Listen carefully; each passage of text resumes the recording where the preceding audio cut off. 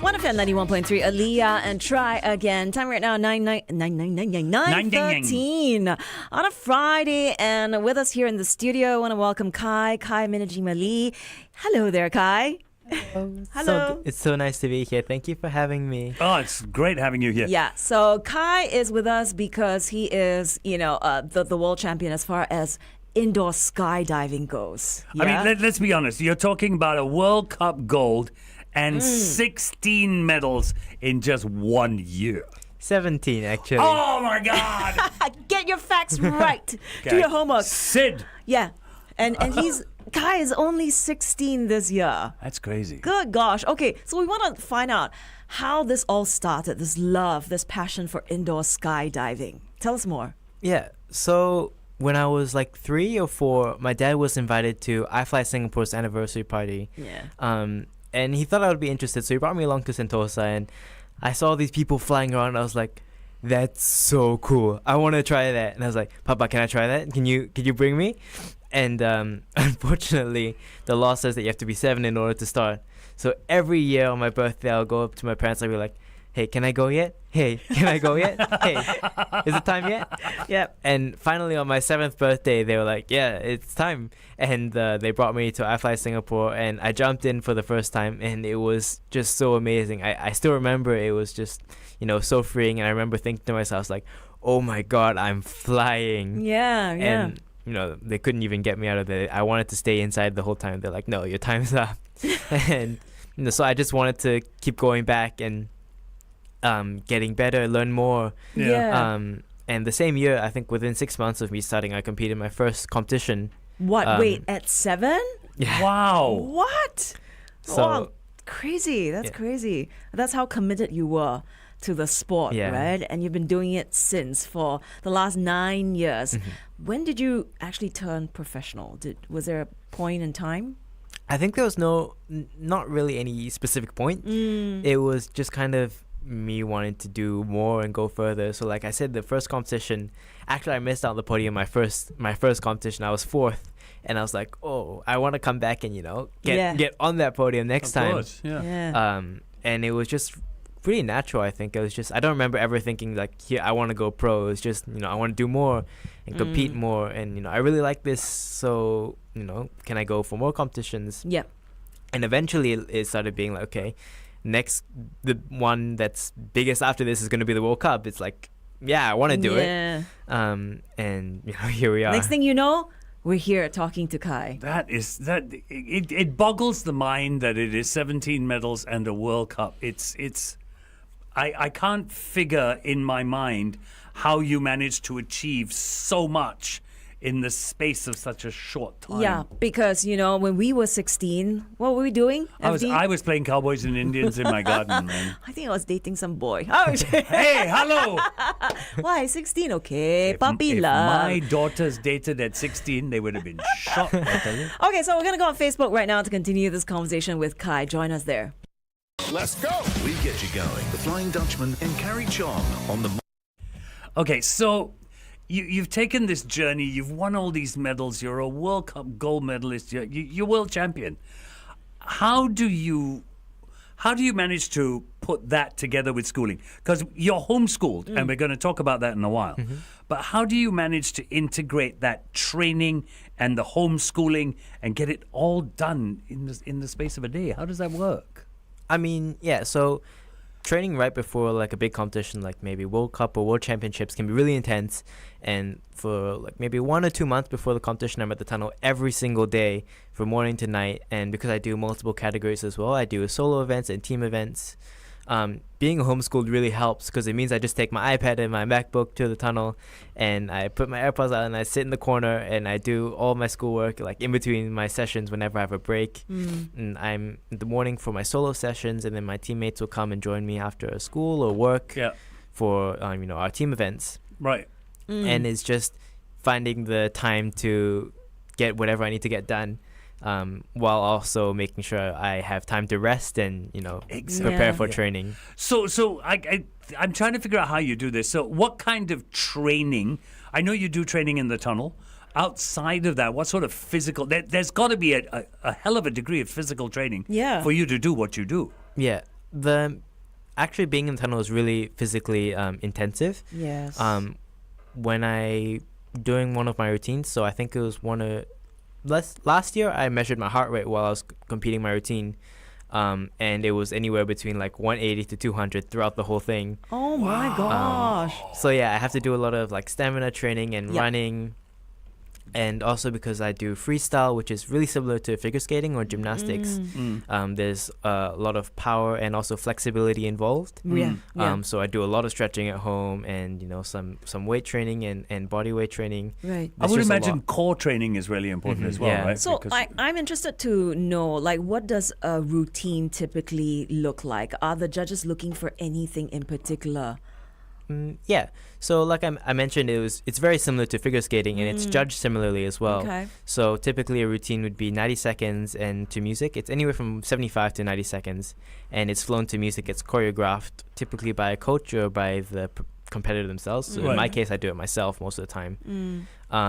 And they look out for things like the power of the routine, the intensity, the tempo, changes in direction and changes in tempo. Like if you can hold the pose and, it's more impressive than always just moving or, how much power you can throw into your moves.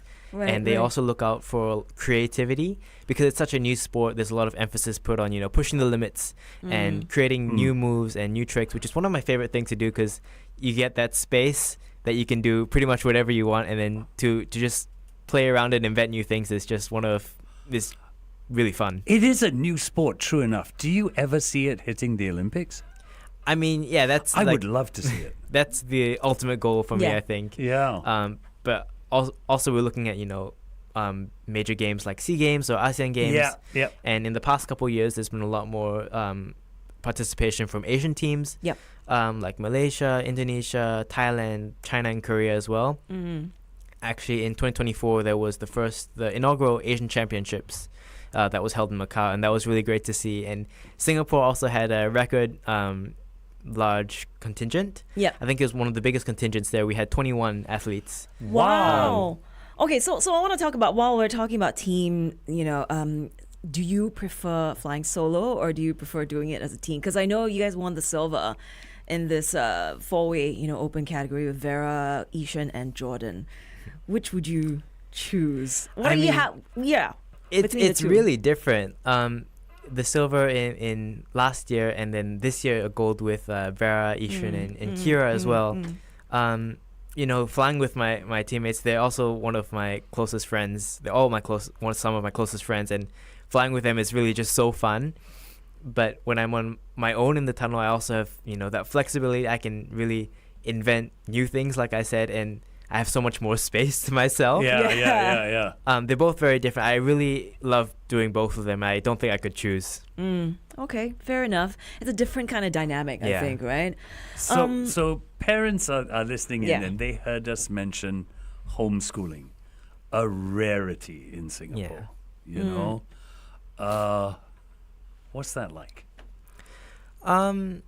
Yeah, I think it's really great because I have the flexibility to, create my own schedules. When I was younger and I wasn't traveling so much for competitions, typical school day would really vary based on what classes I wanted to take and what I was doing at the time. For example, I had this one class that was based in the US, and I was waking up at 4 a.m. every week to just to attend class. But I value my sleep too much now to do that. Yeah. You know better. Don't take up these classes at a different time zone. So you're not a radio morning jock person? No. Because we all get up at 4 a.m. Yep. I wouldn't do that. Sorry? But you regulate your school day then? Yeah. The thing with homeschooling is you really create your own schedules, and if you grasp the concept really quickly, you can just move on to the next thing. Or if you're having a hard time, you can take the time to break it down and understand it, and it really gives you the space to have a deeper understanding of the topics you're interested in. Like for me, for example, that would be math and physics, and I get to go delve really much deeper than I would in regular school. Okay, with Wow. homeschooling, I think parents are concerned, the social skills involved. Do you feel like you're missing out in that area? Do you miss any part of like a regular school day, hanging out with friends, that sort of thing? Because I travel so much for training and competitions, I miss out on some of the shared activities that you would typically have in a normal school. But in exchange for that, I get to travel to so many different countries and experience like different cultures, and of course different wind tunnels as well, Yeah. which is Yeah. the important part for me. But I also meet so many people through the sport, and like I have so many friends across the world, and I don't think it's ever been like a sacrifice for me, and I gain so much from it as well. Having said that, do you think it takes more discipline on behalf of the child to do homeschooling than it would, say, in a normal school? Of course, yes, because there's no one really watching over you and telling you when to hand in assignments, or like are you making progress, and it's really everything on your own. The thing is, like, you can really do whatever you want if you're disciplined enough. Yeah, exactly. And that's why, he's taken up indoor skydiving. He's committed to it. Unbelievable. We want to talk about what's something that you enjoy doing outside of the sport. Okay, so when we go back on air, we'll talk to Kai a little bit more. Eddie Murphy and Party All the Time here on 1FM 91.3. We're talking to Kai Minejima-Lee. He is the current world champion at indoor skydiving. So Kai is only 16 years old, and amazing feat already. Outside of the training, the traveling, what is it that you do for yourself? Something that you enjoy, not indoor skydiving. Yeah, so something that I've been doing for a really long time is actually taekwondo. I started doing that even before I started indoor skydiving, so over 9-10 years now. Yeah. And I really enjoy the club that I go to. Like, I have lots of great friends there, and so whenever I have like less training, a period of less competition, less training, I tend to go there a lot. I spend a lot of my time there. And I also really enjoy reading, or going to museums when I have free time in other countries. And sometimes I need to rest, and I take some time to rest my body and my mind, which is just another way of saying I spend a lot of time in bed. In bed. No, I'm speaking to you. I've spoken to Maximilian, and the one thing I've come away with kids that are homeschooled and who travel to compete, your minds are so much more open.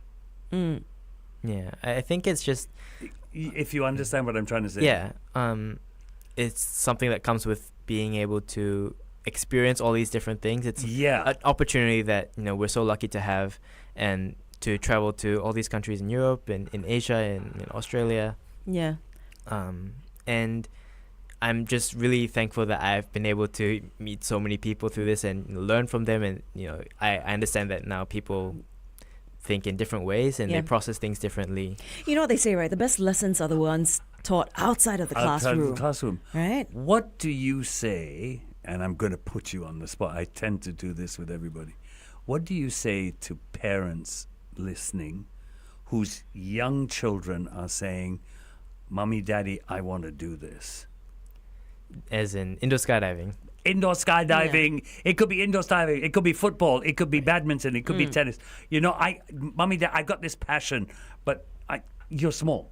Yeah. And you know what parents are in Singapore say? It's, hey, studies first, get your degree, do this, Yeah. do that, and then we'll think of everything else.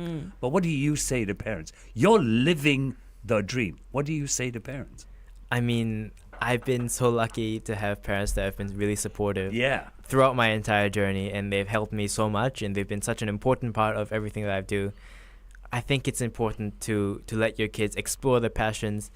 I did so many different activities when I was young, like before I started competing and everything. I used to do like piano, guitar. I tried the violin, which I was really bad at, and drums. I did wushu, taekwondo. I even did ballet for a while. And exploring all these things really helped me, help shape me as a person.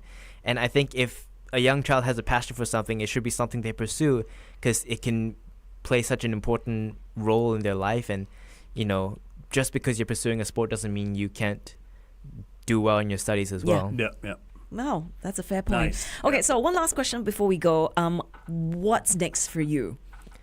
Yeah, so I've been competing for 9 years, and it's of course it's still such a new sport. But I've only been old enough to compete in the open category for the past 2 years. Okay. So I'm looking forward to the next World Cup, which is going to be in Marseille, France, next April, and to continue creating and innovating like I have the past couple of years. But also in the big picture, one of my goals has always been to give back to the community and the sport that's given me so much, and to help foster and nurture the new generation of indoor skydivers, especially here in Singapore, and to teach young kids what has been taught to me by my seniors Kiera and Ishren, by sportsmanship, respect, how to hold yourself, how to deal with loss, or how to win graciously. I think these are all really important skills that I've learned, and I'd like to pass them on to the next generation.